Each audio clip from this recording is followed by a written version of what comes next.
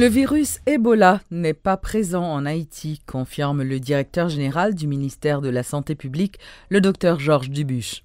Des mesures sont prises pour contrôler les passagers en provenance des pays à risque à l'aéroport de Port-au-Prince afin d'éviter une possible introduction de la maladie en Haïti. Le docteur Dubuche indique que des contrats ont également été pris avec les institutions internationales, dont les agences de l'ONU, pour qu'elles restreignent les rotations de leur personnel venant des pays où Ebola est présent. Il faut savoir que entre 50 et 90% de monde qui atteignent de fièvre hémorragique Ebola, c'est-à-dire la maladie entièrement déclarée, a très peu de chances pour survivre. Parce que l'attaque est tout organe dans le corps. L'attaque est tout organe dans le corps et tout peut arriver dans une forme de défaillance. Et c'est ça qui fait l'hémorragique. Ouais, rein, foie, ouais, tout l'autre système interne pour le défaillir et a fait des hémorragies internes. Apparemment, l'homme n'a fait gagner, il a des yeux qui rougent, ok? Mais signe principal, c'est un gros la fièvre brusque, tête fait mal, des fois vomissement, diarrhée. Comme on l'a crasé net, il sentit que il faible, ouais, il y a une courbature. Qu'à quelques monde qu'on a des éruptions cutanées sous peau, ouais, mais ça a plus rare. Mais très souvent, il y a qu'on confond même avec malaria. Il y a qu'on confond avec dengue, ouais. Donc ça veut dire que l'homme n'a aucune fièvre d'apparition brusque, ouais, avec symptômes de tête fait mal, maux de gorge, vomissement, etc. Donc il pas attirer attention au docteur qui parle en milieu, dans l'environnement côté maladie, ça a présent. Et c'est ça qui fait le dangereux. Parce que le sale qui a envahi.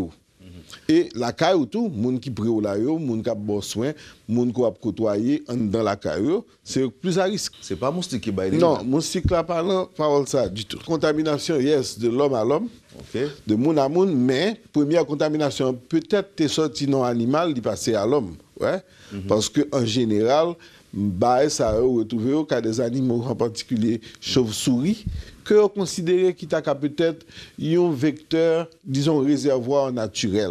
Transmission, c'est à partir de sécrétions, que ce soit salive, que ce soit crachat, que ce soit vomissement, diarrhée, urine, et même dans le sperme. Parce que ces décès font étude, ils te joignent que quand un monde qui a une maladie, après que le définit guéri, 7 semaines après, ils te joignent que le guéri. Effectivement, virus Ebola dans le sperme. Ça veut dire que le capable dans n'importe qui sécrétion encore. C'est ça, entrer en contact avec eux, qui représente le premier porte d'entrée de contamination de homme à homme. Des centaines de personnes ont manifesté dans les rues, dans la ville d'Écailles, pour réclamer une nouvelle fois des autorités de l'énergie électrique. En réponse à ces revendications, le ministre de la Communication Roudier Rivaux a révélé que l'État avait déjà commencé à payer la compagnie ETRAC qui distribue le courant électrique dans la région et appelle la population au calme. La première chose, c'est que dette que l'État ici a gagné pour ETRAC sont dettes qui épongées. La deuxième chose, c'est que depuis hier, la situation est revenue à la normale dans la distribution courant électrique dans la ville d'Écailles.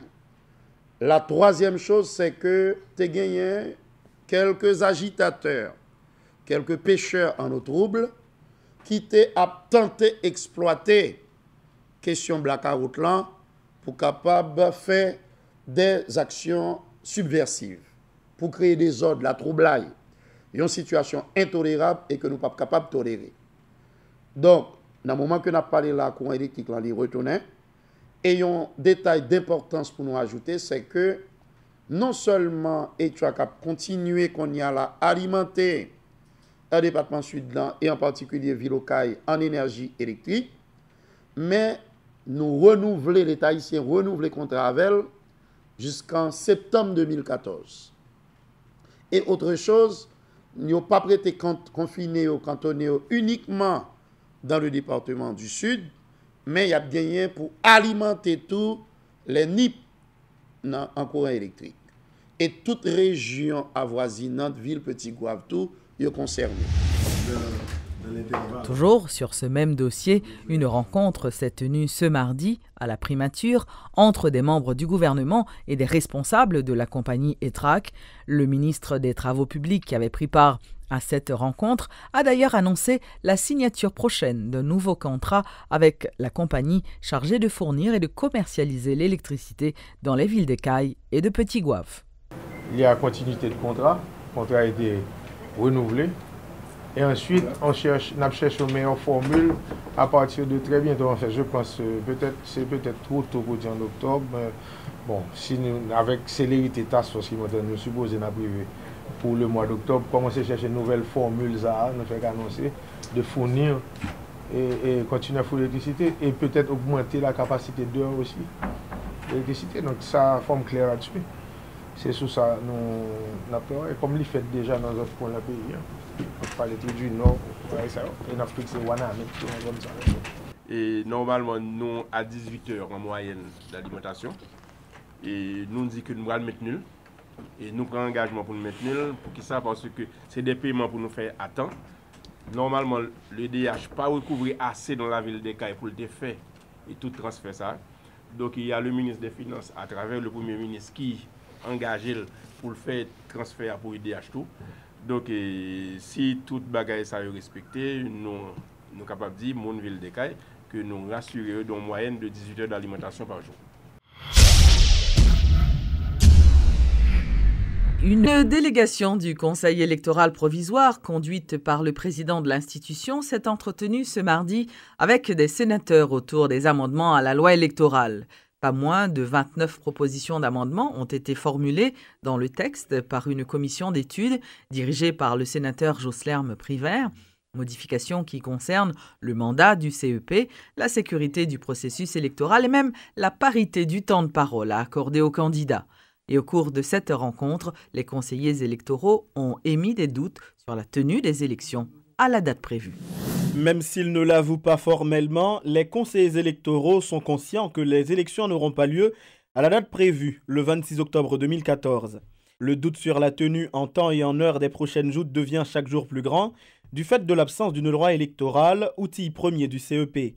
Ce mardi, au Sénat de la République, 3 conseillers électoraux, Max Mathurin, Léopold Berlinger et Néhémie Joseph, ainsi que d'autres techniciens du CEP, ont eu une séance de travail avec les sénateurs autour de la révision de la loi électorale.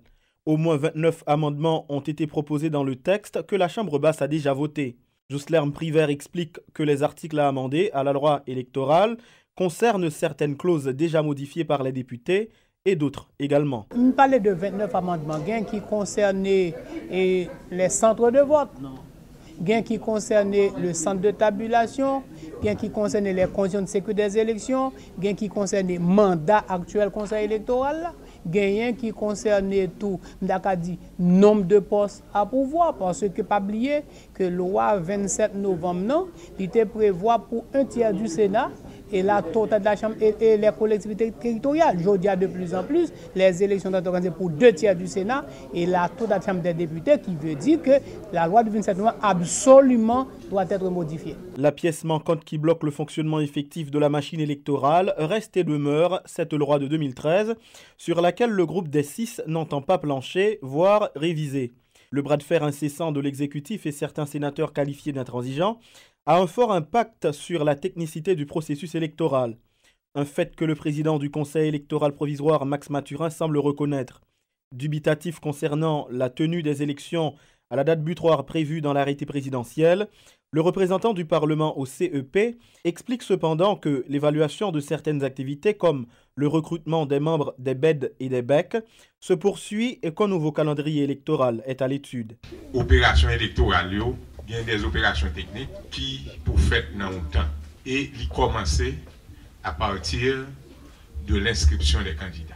C'est qu'on s'allie plus contentieux qui va prendre du temps et tout ça dans le calendrier, c'est ça que nous évaluer le calendrier je ne dis parce que c'est 26 octobre.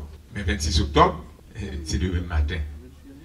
Et nous-mêmes, nous avons des outils pour nous travailler. Au cas où les sénateurs parviendraient à s'entendre et à voter les amendements à la loi électorale en tenant compte des propositions formulées par la Commission, le texte sera acheminé à la Chambre basse. Et si cette branche du Parlement à son tour modifie le texte électoral, ce sera le début d'une navette parlementaire qui intensifierait encore plus le doute sur la tenue des élections cette année.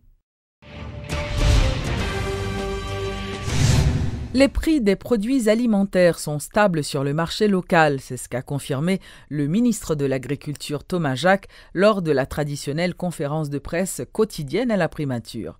Le ministre de l'Agriculture a par ailleurs indiqué que des dispositions avaient été prises afin de rendre disponibles les intrants agricoles. C'est l'effort que le gouvernement fait pour aider les planteurs, joindre semences, joindre de l'eau, joindre engrais, permettre que le labour vienne permettre que gagner production agricole là qui continue maintenu sur les niveaux là et ça vient permettre que prix et biens alimentaires yo continue à rester stable et ça pendant toute l'année 2013 là ou l'année 2014 là, que ce soit pour maïs, que ce soit pour haricots, que ce soit pour du riz, vous constatez que niveau de prix il était plus ou moins stable. Deuxième facteur là, c'est qu'au niveau international, au niveau mondial, prix produits agricoles, notamment pour du riz, est stable sur le marché international. Donc, ça c'est des efforts, des politiques publiques que nous mettons en place. Un, pour nous continuer à maintenir l'appui que nous avons planteurs, petits paysans en intrant, notamment, il y a un intrant qui cher, c'est engrais. N'importe qui rareté qui gagne sous marché, mais tout de suite, les ramener à prix qu'elle t'a supposé vendre autour de 2000 gouttes. Cependant, nous-mêmes nous avons là pour que nous continuions à alimenter le marché. C'est une rareté sous marché entre fin mai, juin, juillet. Nous sommes en train de combler sur les raretés par disponibilité de plus d'engrais sous marché et nous espérons que une fois que côté qui compte vendre engrais, eh bien, il a approvisionné, mais le ça n'a pas retourné à prix normal à 900 gouttes. À l'initiative du ministère du Commerce et de la Banque mondiale, un atelier de validation des enquêtes diagnostiques sur la facilitation du commerce et du transport en Haïti a démarré afin de permettre l'identification des obstacles aux échanges commerciaux et aussi pour explorer les filières présentant des potentiels pour le développement du pays. Améliorer les échanges commerciaux entre Haïti et l'étranger, cette thématique était au centre des discussions ce mardi lors d'un atelier de validation lancé par le ministère du Commerce et la Banque mondiale. Selon une étude réalisée l'année dernière, de nombreux obstacles au développement du commerce dans le pays ont été identifiés à plusieurs niveaux, ce qui, selon l'économiste en chef de la Banque mondiale pour Haïti, a en quelque sorte contribué à dégrader le climat des affaires, alors que le commerce a toujours été un instrument important pour stimuler la croissance, créer des emplois et réduire la pauvreté. Radio Singh fait le point. Les blocages simplement au niveau des échanges physiques de biens et services, donc indéniablement la qualité des routes, la qualité des transports, la qualité des ports. Juste pour mettre un exemple, ça coûte 5 fois le prix pour utiliser le port de Port-au-Prince par rapport à utiliser un port comparable de l'autre côté de l'île. Donc ces entraves d'infrastructures empêchent les échanges, que ce soit des exportations ou des importations pour Haïti. Les obstacles identifiés, il ne reste plus qu'à les réduire en mettant en place les conditions nécessaires. Question de permettre à Haïti d'être plus compétitif sur les marchés locaux, régionaux et internationaux. Ce sera aussi l'occasion d'offrir des opportunités à la population haïtienne. Là-dessus, le représentant de la Banque mondiale est sans équivoque. Il faut donner la possibilité aux Haïtiens de saisir ces opportunités, c'est-à-dire regarder au niveau du secteur financier s'il est facile d'accéder au crédit pour ouvrir son entreprise ou élargir son activité. Il faut voir le degré de formation de la population haïtienne pour être sûr qu'elle puisse se former et saisir les emplois qui sont en train d'être créés. Et plus généralement, regarder le cadre des affaires. Est-ce qu'il est facile en Haïti à l'heure actuelle d'ouvrir, de fermer en entreprise et de saisir ces opportunités qu'offrent des marchés étrangers. Jusqu'ici, la satisfaction prime chez les initiateurs de cet atelier, au cours duquel sortiront des recommandations qui permettront de passer à une deuxième étape, la restitution officielle des résultats des études de filière, avant d'entamer la phase la plus concrète du processus, celle de la mise en œuvre.